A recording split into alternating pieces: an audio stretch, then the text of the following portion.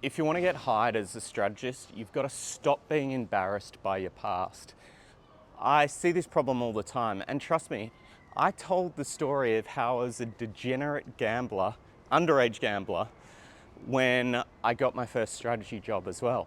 So the thing about strategy is the life experience that you have before strategy is almost as important as your strategy experience going in. Now, there is one caveat there that I'll talk to you about at the end, but I'll tell you the story about my gambling past, and I love this. So when I was very young, I won a lot of money at the races. I was like 8 years old, 10 years old. Bet on like some random outside chance horse, and it got up. That started my love affair with racing. After that, I I used to go as a 15 and 16-year-old to the bookmakers in Melbourne, the TAB, after every afternoon after school and bet on the horses. And I actually think it made me a way better strategist, because when you think about horse racing, what you're actually doing there is you're reading lots of data about all these various horses, then you're constructing a theory about why, and a rationale about why you think that horse is going to win.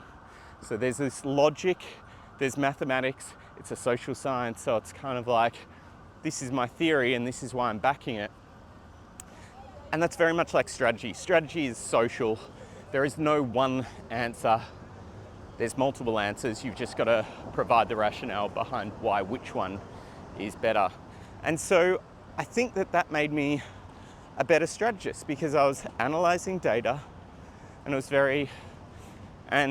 it was pulling theories and connecting dots where maybe dots weren't there or other people couldn't see them, and building an argument around that. So that was a really good one. Second job I had, which I think also probably made me a better strategist, was I was a museum guide. So after working after my gambling kind of story, I actually went and got a job at the Australian Horse Racing Museum, and I became a tour guide.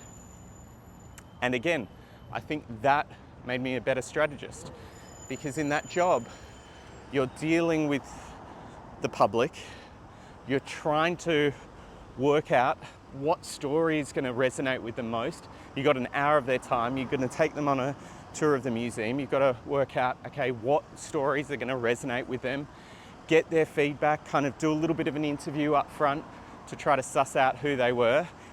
That's all kind of marketing research, all the skills you need there, a bit of live qual, and interviewing people and then tailoring your response based on that. And then it was about reading a lot of horse racing books and simplifying it and clearly telling a story rather than bombarding them just with facts. You want stories that are going to engage people.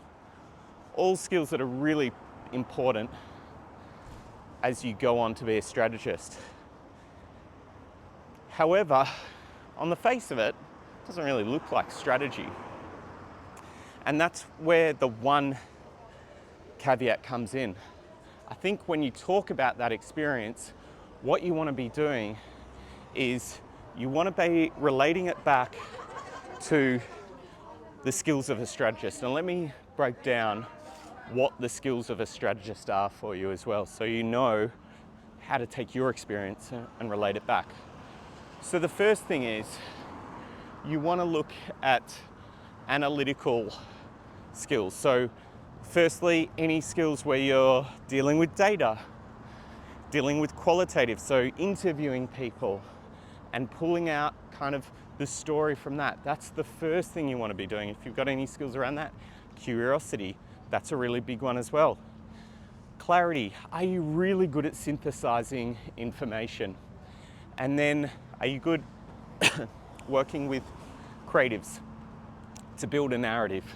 So if any of your previous jobs have that, that's going to give you a distinct advantage. And the more obscure it is, the more you're going to be remembered in the interview. They're like, oh, remember the guy who worked at the museum or was the childhood gambler?